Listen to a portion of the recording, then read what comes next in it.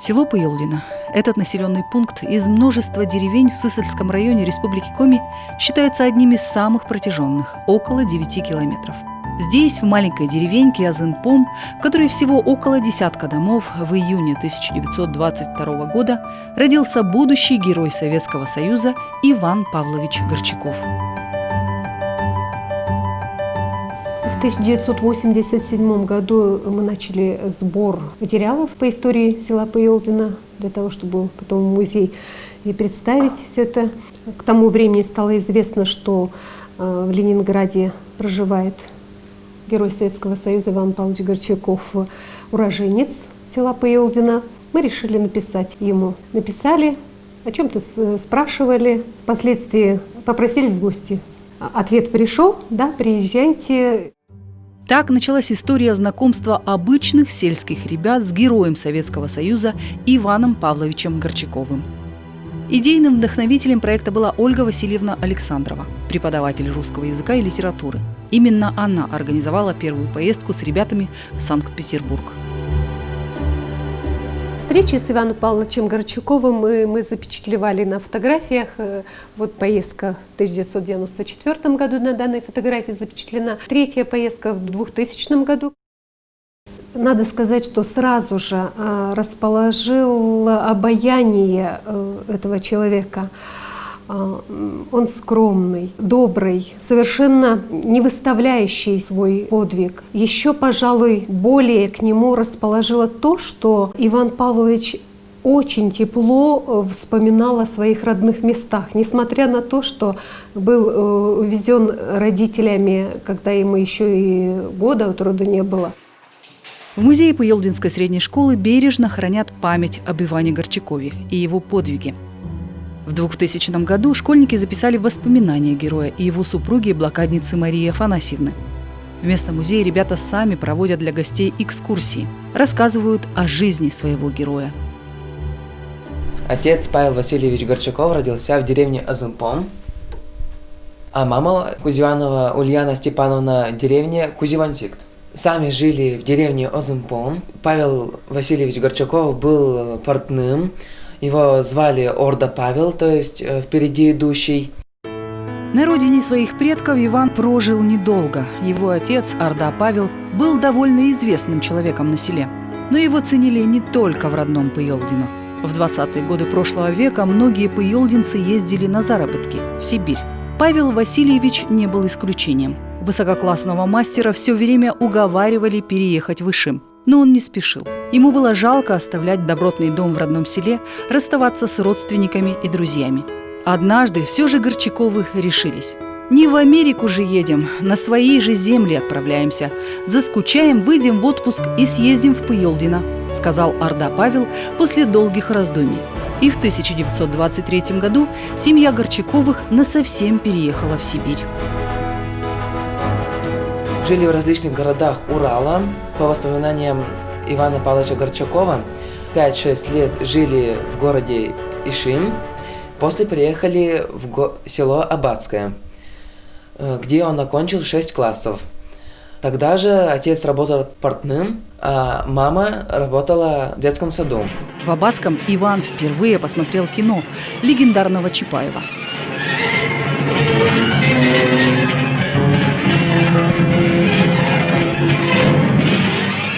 В деревнях до войны паспортов не было. И в 1930-х годах родители получали паспорта. И по неграмотности поставили национальность русский. Сам же Иван Павлович Горчаков думает, какой же я русский, когда родители у меня чистые коми. И поставил национальность коми. Позже уже родители поменяли национальность тоже на коми. В 1936 году семья вернулась в город Ишим Тюменской области. В средней школе с 7 по 10 класс Иван отучился уже в этом городе.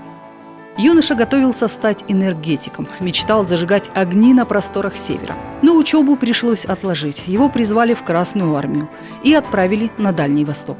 Иван Горчаков стал артиллеристом Барановского артиллерийского учебного полигона в городе Ворошиловск-Уссурийский, ныне Уссурийск. Война застала рядового Горчакова в летних лагерях, где проходили учебные стрельбы, потом офицерские курсы. В мае 1942 года он уже младший лейтенант. Горчаков просится на фронт. Но командованию было виднее, куда направить молодого офицера. В то время на Дальнем Востоке тоже был фронт. Дальневосточный. Активных боевых действий здесь не велось, но спокойной жизни на границе не было. Здесь несколько месяцев младший лейтенант Горчаков командовал взводом боепитания новой дивизии.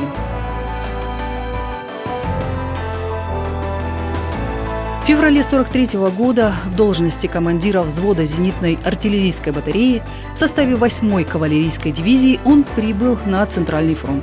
Вместе с другими зенитными батареями полка они заняли позицию на окраине Курска и отражали налеты вражеской авиации на город и железнодорожную станцию. Враг не давал им покоя даже ночью. В поединке с врагом взвод Горчакова понес первые боевые потери. Погиб один из лучших наводчиков. Зимой 1943 года Иван Павлович участвует в военных действиях на Орловско-Курском и Белгородском направлениях. За успешные действия в одном из боев был награжден орденом Красной Звезды. После победы под Курском войска Центрального фронта без большой паузы уже в конце августа 1943 года развернули новое наступление на запад. Зенитчики младшего лейтенанта Горчакова действовали на Гомельско-Бобруйском направлении.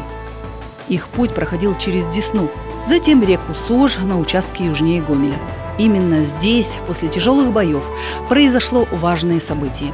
Его назначают командиром зенитной батареи, и Горчаков получает очередное воинское звание лейтенанта.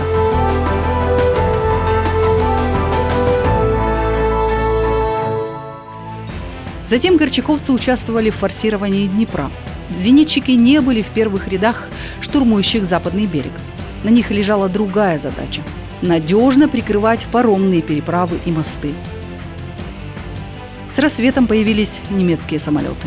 Бомбовые удары по переправам и плацдармам следовали один за другим. Только откроет зенитки огонь по самолетам, тут же немецкая армия обрушивается на батарею. Спасали зенитчиков удачный выбор позиции и умелая маскировка. Над Днепром горчаковцы сбили 2 вражеских самолета. Дальше путь батареи лежал через белорусские города – Речица, Слуцк, Барановичи, Пружаны. К июню 1944 года командир зенитной батареи вырос в опытного офицера. Иван Горчаков получил звание старшего лейтенанта. За успешное выполнение боевой задачи и проявление воинского мастерства и стойкости в бою под Брестом Горчаков получает орден Отечественной войны 2-й степени.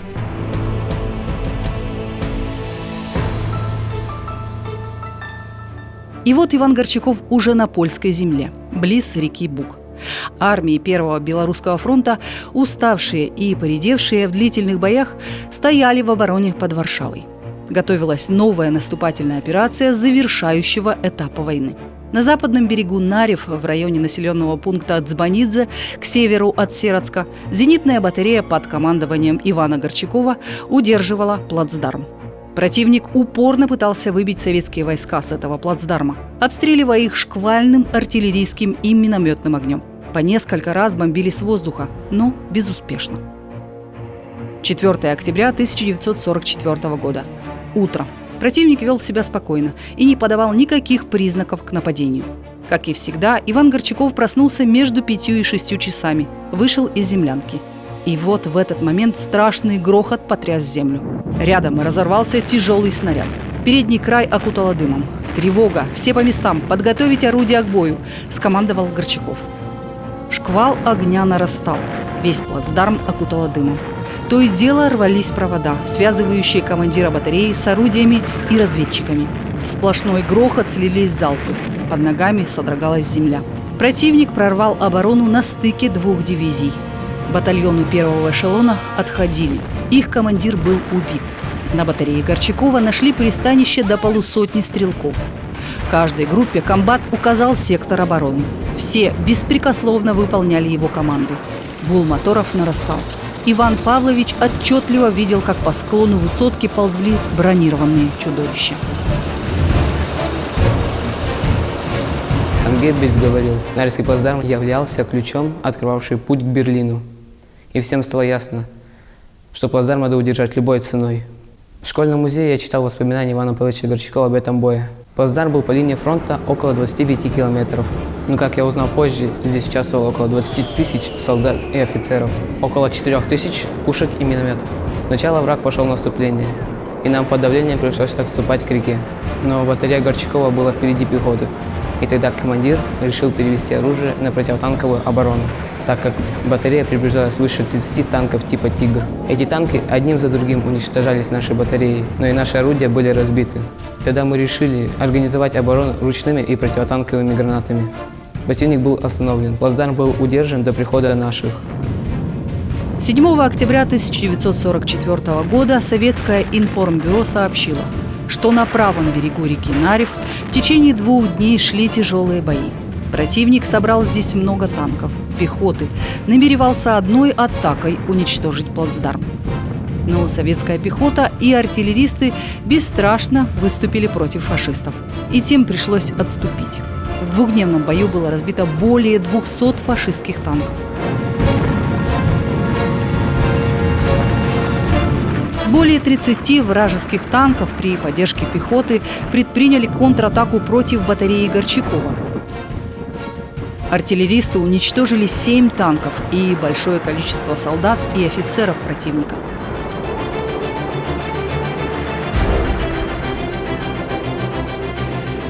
Указом Президиума Верховного Совета СССР от 21 февраля 1945 года старший лейтенант Иван Горчаков был удостоен высокого звания Героя Советского Союза с вручением ордена Ленина и медали «Золотая звезда». После этого знаменитого боя Иван Горчаков со своей батареей участвовал в восточно-прусской операции, форсировал Вислу, воевал под Данцигом. День Победы Иван Горчаков встретил в санитарном эшелоне на небольшой польской станции. В конце апреля, за несколько дней до окончания войны, он был тяжело ранен в немецком городе Штеттин. Осколком ему пробила грудь, 2-м раздробило надбровье, а 3-й остался в животе, в области почек. Пришлось в Пермском военном госпитале выдержать несколько операций. После лечения он вернулся в город Ишим, восстановил здоровье. Иван Павлович вспоминал, во время войны отец числился в трудовой армии, работал в Новосибирске в военном училище портным. Мать сначала оставалась в Ишиме, в 1941 году уехала к сестре Шангиной Дарье Степановне, муж которой, Шангин Михаил Прокопьевич, тоже был портным, в деревне Сычево Аббатского района. В 1942 году мама заболела, умерла. После войны поехал к отцу в Новосибирск, и он тогда по вольному найму работал в одном из военных училищ. Идем мы с ним однажды по городу, Новосибирску, значит, проходим мимо ателье МОД. Он говорит: зайдем. Зачем, спрашиваю я. А здесь кто-нибудь из коми все равно работает, отвечает он. Зашли. И оказалось, что один из портных был из коми. Портных коми в Сибири, в сибирских городах было много, и опять-таки отношение к своему отцу, наверное, уважительное, и отношение к коми республики. Сразу после войны ему последовало предложение возглавить Верховный Совет Республики. «Нет, это не мое», – ответил он.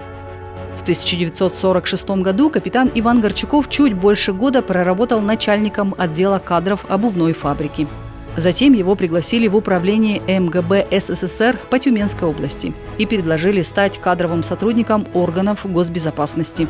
И там Иван Павлович пользовался высочайшим авторитетом у работников. В августе 1948 года он получил направление в Ленинградскую высшую школу МГБ СССР имени Кирова. Закончил ее. С 1952 по 1954 Иван Горчаков служил начальником отдела сектора КБ-11 в атомной кузнице СССР, закрытом городе Арзамас-16. Сейчас это город Саров. С мая 1954 и до ухода в отставку в 1971 году подполковник Горчаков проходил службу в 3-м отделе контрразведки Управления КГБ СССР по Ленинграду и Ленинградской области. Здесь фронтовик получил звание «Почетный сотрудник госбезопасности». В 1971 году в звании подполковника вышел в отставку.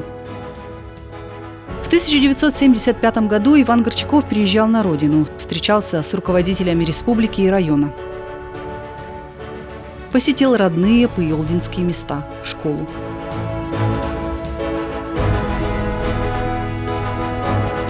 А с 1989 года он несколько раз приглашал школьников из Пыелдина к себе в гости в Ленинград. Вместе с супругой Марией Афанасьевной они рассказывали детям о войне. Она о блокадном Ленинграде, он о своем фронтовом пути.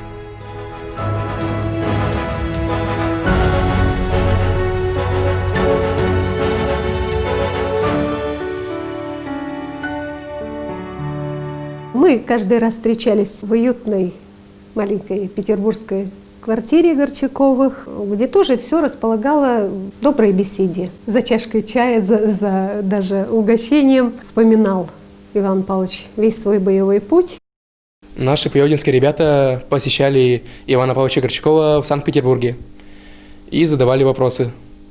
Один из них: страшно ли было вам тогда? Конечно, страшно. Бывали разные моменты.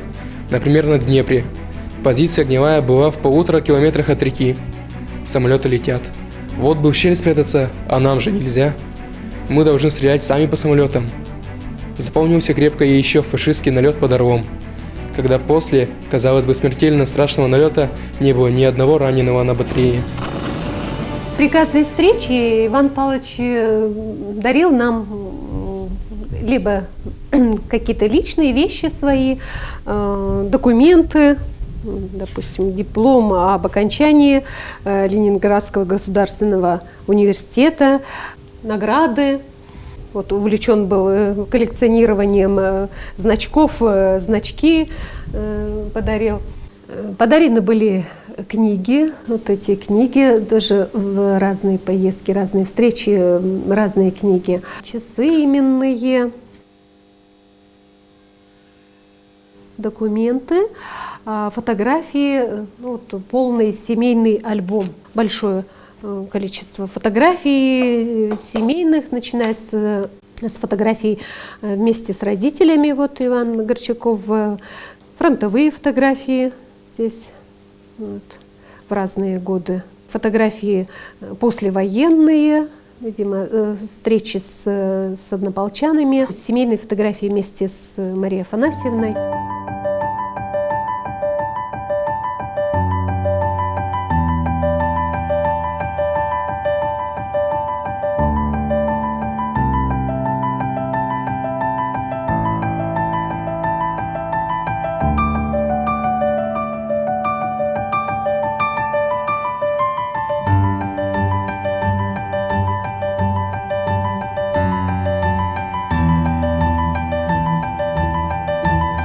Иван Павлович вел активную переписку с ребятами. Он всегда отвечал коротко и по существу.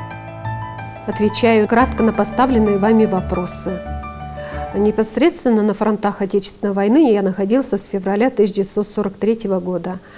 Я служил в зенитной артиллерии среднего калибра, участвовал в боях в составе 8-го кавалерийского корпуса до апреля 1944 года, 997-го зенитного артиллерийского полка 12-й зенитной артиллерийской дивизии резерва главного командования под Москвой на Курской дуге по освобождению Белоруссии и Польши. В апреле 1945 года при форсировании реки Одер был ранен. На этом мое участие в войне закончилось. Ребят интересовала, конечно, и личная жизнь героя. Он рассказывал и о ней. С Марией Афанасьевной у них была небольшая дача, где они выращивали овощи и цветы. На каждый праздник Иван Павлович отправлял трогательные открытки с поздравлениями. Дорогие земляки, сердечно поздравляю с праздником Днем Победы. Желаю всем здоровья, успехов в делах и здоровья. Особенно хочу поздравить участников войны, перенесших все тяготы и лишения фронтовой жизни, всех, кто находился в тылу, но трудился по-фронтовому. Они подняли страну из руин войны, они сделали страну великой. Наилучшие пожелания, всего доброго в вашей жизни, с уважением, Горчаков. Май 1995 года. Последнее письмо он поздравляет с женским днем 8 марта, 24 февраля. Из Санкт-Петербурга это письмо отправлено, а спустя 4 дня его не стало. То есть он до последних дней с нами был в общении. Иван Павлович прожил здесь меньше года, но своей родиной он всегда считал Коми-край, село Пыелдино. Мы допытывались, сколько он знает, хотя бы коми-слов, с десяток, наверное, называл всего.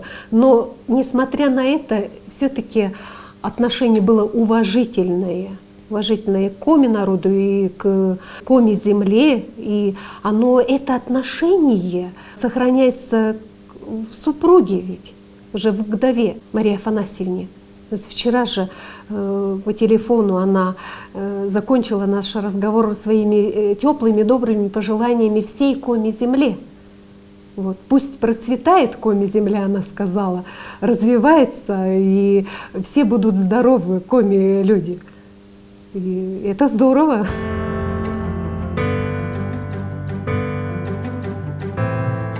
Похоронен Иван Павлович в Санкт-Петербурге. В городе на Неве на Красненьком кладбище открыли памятник Ивану Горчакову. В Сыктывкаре на Аллее Славы есть барельеф героя. Память о нем также увековечена на мемориальных досках в Сарове, на территории Российского ядерного центра и на улице Гагарина в Ишиме. А также на здании школы в родном Пыелдино.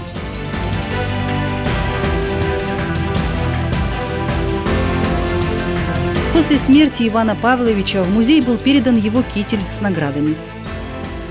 Сегодня ребята с особой гордостью рассказывают о своем земляке, герое Советского Союза Иване Горчакове, о человеке удивительной скромности, для которого самым главным было служить Отечеству.